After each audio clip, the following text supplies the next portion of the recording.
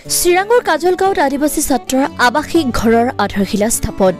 চিৰাং জিলাৰ কাজলগাঁৱত আদিবাসী উন্নয়ন পৰিষদৰ দ্বাৰা 1 কোটি টকাৰ ব্যয় সাপেক্ষে আদিবাসী ছাত্ৰৰ আৱাসিক ঘৰৰ আধাৰশিলা স্থাপন কৰে আদিবাসী উন্নয়ন পৰিষদৰ EM বিলিয়েম টুডুৱে।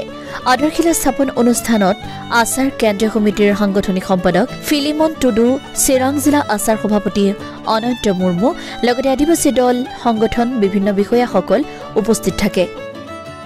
আধাৰশিলা স্থাপন কৰা আৱাসিক ঘৰত যিসকল ছাত্ৰ ছাত্ৰী থাকিব বিভিন্ন সুবিধা লাভ কৰিব বুলি জানিব দিয়ে আদিবাসী উন্নয়ন পৰিষদৰ EM বিলিয়ম টুডুৱে।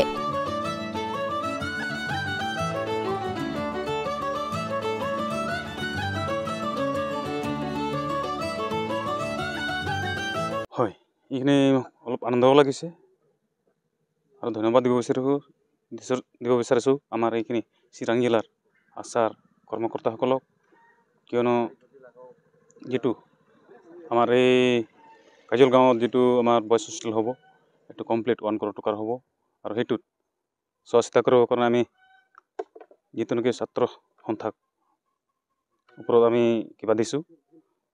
এইটো কাৰণে আজি যেটো আমাৰ বিল্ডিঙৰ যেটো পিলাৰ ফাউণ্ডেশ্যন আজি হৈ গ'ল আৰু ইয়াৰ পৰা আৰম্ভ কৰি কামটো অতি সোনকালে গঢ়ি উঠিব বুলি মই আশা ৰাখিছোঁ আৰু লগতে মানে এই কামটো কমপ্লিট হ'লে মানে যিমান ইয়াত ছাত্ৰসকলে থাকিব থকাৰ সময়ত সকলো বস্তু ইয়াত কণ্ডিশ্যনেল থাকিব, ইয়াত সংবিধান থাকিব, সংবিধানৰ ভিতৰতে থাকিব লাগিব আৰু যেতিয়া সংবিধানৰ ভিতৰত থাকি মানে ইয়াত যিমান ছাত্ৰবিলাক পঢ়িব সিহঁতে পঢ়ি যাতে আমাৰ এই চিৰাং জিলাৰ বিষয়ে কাম কৰে আৰু আমাৰ ৰাজ্যৰ বিষয়ত কাম কৰে আৰু আমাৰ ভাৰতৰ বিষয়ত কাম কৰে, এইটো আশা ৰাখি আমি এই চিৰাং জিলাত এই আমাৰ কিবাটো বয়স হোষ্টেলটো আমি ইয়াত স্থাপনা কৰিছোঁ।